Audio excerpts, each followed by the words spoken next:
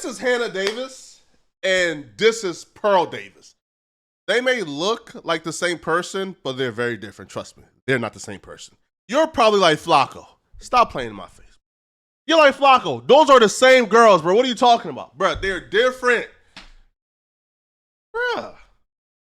Hannah Davis is a registered voter and enjoys the privileges of voting with her mama. I am election day ready. Navy blue pants, white shoes, white socks, red zippy, and... But Pearl Davis, not Hannah Davis, Pearl Davis believe women shouldn't vote and they don't deserve the right to vote. Oh yeah, I don't think women should vote.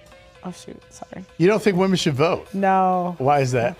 I think right now there's selective service for men, which means you have to be like basically drafted. It's like the new version of the draft. If there's a time of war, you have to, go fight. And I think that's fair. Like if you're living in a country, like yeah, you should defend it. But the issue is women don't have that same right. So why do we still get the same freedom? Jesus! What? Blood of Jesus! Blood of Jesus! No. This is the behavior of witchcraft. You want more proof that Hannah Davis and Pearl Davis are not the same person? Well, Hannah Davis believes that if your man cheats on you, you should leave him.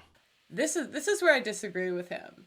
If you're with somebody that is going to cheat on you and lie to your face, how are you supposed to trust them moving forward? Like, is that the same person that you married? Is that the same, like, trying to extend, like, I don't know, like, when I'm with someone, like, I want to make sure that they're trusting, caring, kind. And, like, I just can't imagine staying with someone after they cheated on me. Like, I understand there's dark times, bad things happen, whatever, but, like, if you're with someone that's going to lie to you and then have sex with someone else, like, that's a no for me. You can go. I mean, that's a pretty reasonable take from Hannah Davis. I mean, that's pretty reasonable. You can't really argue with it. But Pearl Davis, on the other hand, believes that men should be able to cheat whenever they want to cheat and that women shouldn't leave because of cheating. And in a lot of these super rich men, their wives understand that's what comes with it. And I honestly am just really tired of people exposing these cheating men. And I think as women, it's better to just accept that may happen and that you should stick it out. You are mad bumbleclad guys. You need psychiatric evaluation. Pearl Davis also got this really fascinating 80-20 statistic when it comes to dating. You ever heard of the Pareto principle when it comes to dating? Mm-mm. So if you ask 100% of women what they want in a guy, they list 20% of men. And sometimes it's less, sometimes it's 15, sometimes it's 10%, sometimes it's 5%. So the reason women will say things like men are trash is because we've all been dating the same guys. I hear math and my brain get dizzy, bro. I don't even know what she said. I'm not smart enough to even comprehend or compute the statistic. But somebody who is smart enough is Hannah Davis.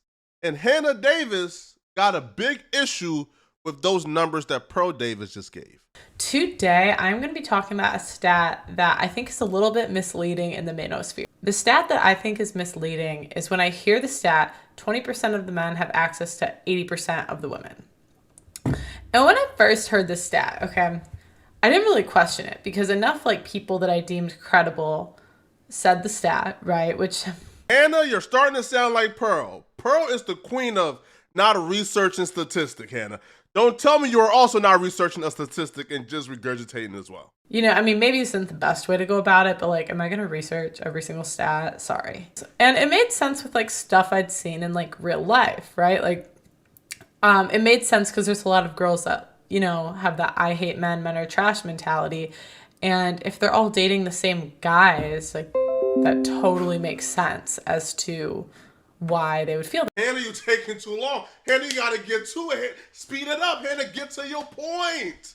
We got a video we gotta move on from, bruh. We gotta, come on. That way.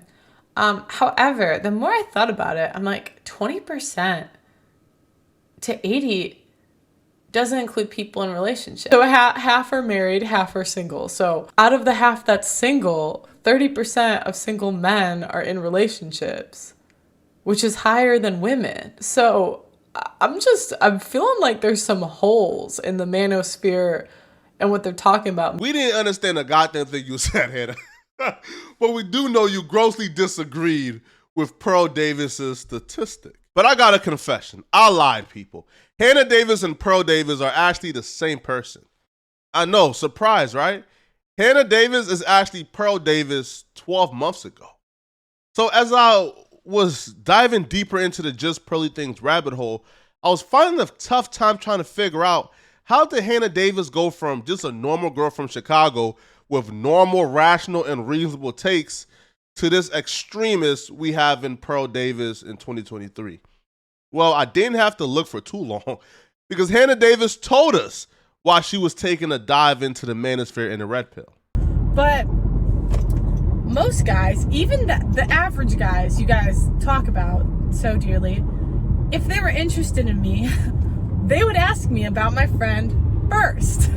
And if that didn't work out, then they would come crawling to me. So, yeah, I would say low self-esteem. That's the main one. And yeah, being humbled.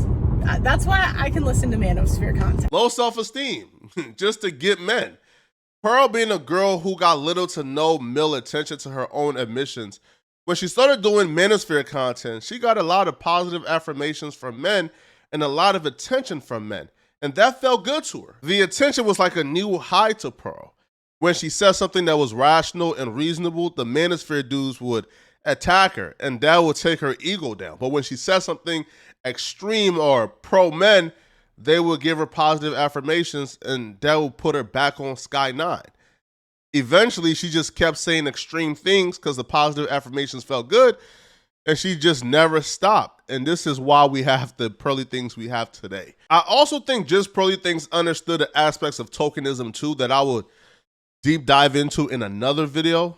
But for now, go over to Just Pearly Things, man, and give her positive affirmations. Maybe that will sway her into thinking she doesn't have to be as extreme to get male attention. But for now, people, like the video, comment, and also check out this video right here as to why everybody hates Lizzo currently. Her dark history will shock you. I'm gonna see you guys in this video. See y'all soon.